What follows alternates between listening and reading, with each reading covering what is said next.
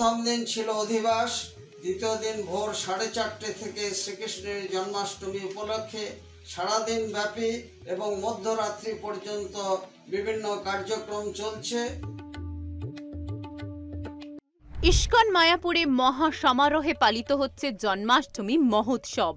সোমবার ইস্কনের প্রধান কেন্দ্র শ্রীধাম মায়াপুর সহ বিশ্বব্যাপী বিভিন্ন শাখা কেন্দ্রে শ্রীকৃষ্ণের 5251তম শুভ আবির্ভাব তিথি জন্মাষ্টমী যথাযথ ধর্মীয় মর্যাদা ও রীতিনীতি মেনে বিভিন্ন অনুষ্ঠানের মাধ্যমে মহা সমারোহে পালন করা হচ্ছে।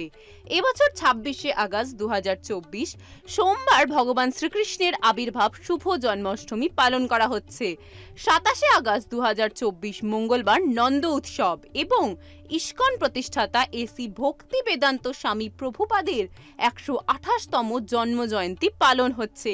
ভগবান শ্রীকৃষ্ণ ভাদ্র মাসের কৃষ্ণপক্ষের অষ্টমী তিথিতে এক সংকটময় সময়ে মানব জাতিকে রক্ষা এবং ধর্ম সংস্থাপনের জন্য শঙ্খ চক্র গদা পদ্মধারী রূপে স্বমহিমায় বরাবর ভঙ্গিতে দুর্যোগ দুর্বিপাকের মধ্যে মথুরায় কংসের কারাগারে আবির্ভূত হয়েছিলেন।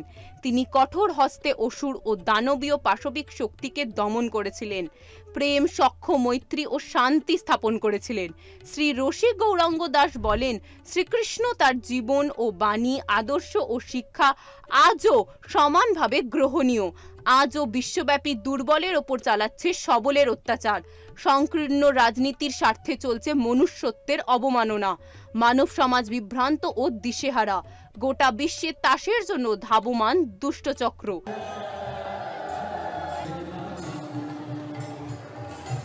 এই সংকটময় সময় মানব সমাজকে রক্ষাকল্পে তিনি সব মহিমায় কঠোর হস্তে গ্লানি দূর করুন।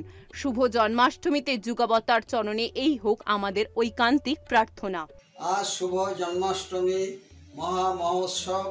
পরমেশ্বর ভগবান শ্রীকৃষ্ণ 5251 বৎসর পূর্বে মথুরার কংসের কারাগারে আবির্ভূত হয়েছিলেন, কিন্তু তিনি সাধারণ মানুষের মতো আবির্ভূত হননি।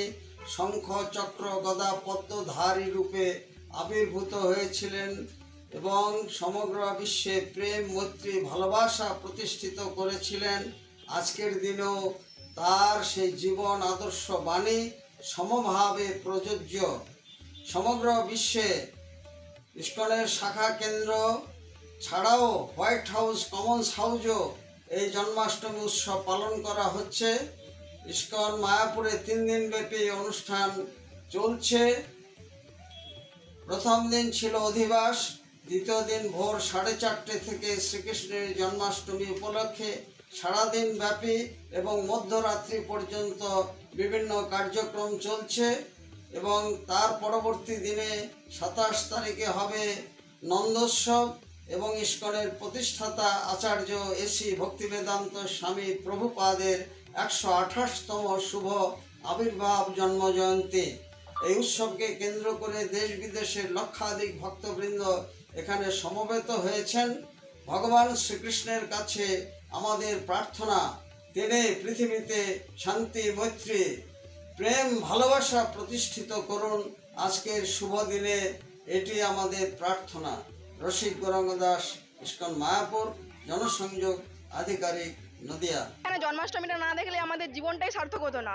আর এখানে জন্মাষ্টমীটা এখানে এসে আমাদের খুব মজা হচ্ছে এবং খুব আনন্দ করছি। আমরা এই অনুষ্ঠানটাকে ভীষণভাবে এনজয় করছি। মায়াপুরে এখন জন্মাষ্টমী উৎসব চলছে, আর এই জন্মাষ্টমী উৎসব যদি আপনারা নিজেরা না আসেন, না ফিল করেন, তাহলে বুঝতেই পারবেন না এই উৎসবটা কতটাই সুন্দর। মায়াপুরে জন্মাষ্টমী অনুষ্ঠান যদি কেউ না দেখেন তাহলে প্রকৃতি জন্মাষ্টমী কাকে বলে এবং আমাদের এখানে জন্মাষ্টমী যেগুলি করানো হয় তার জীবনটা বৃথা। মানে ইস্কন মায়াপুরের জন্মাষ্টমীটাকে দর্শন করতে হবে, দেখতে হবে। আজ এই পর্যন্তই। দেখতে থাকুন সুদর্শন বাংলা। জয় হিন্দ, জয় ভারত।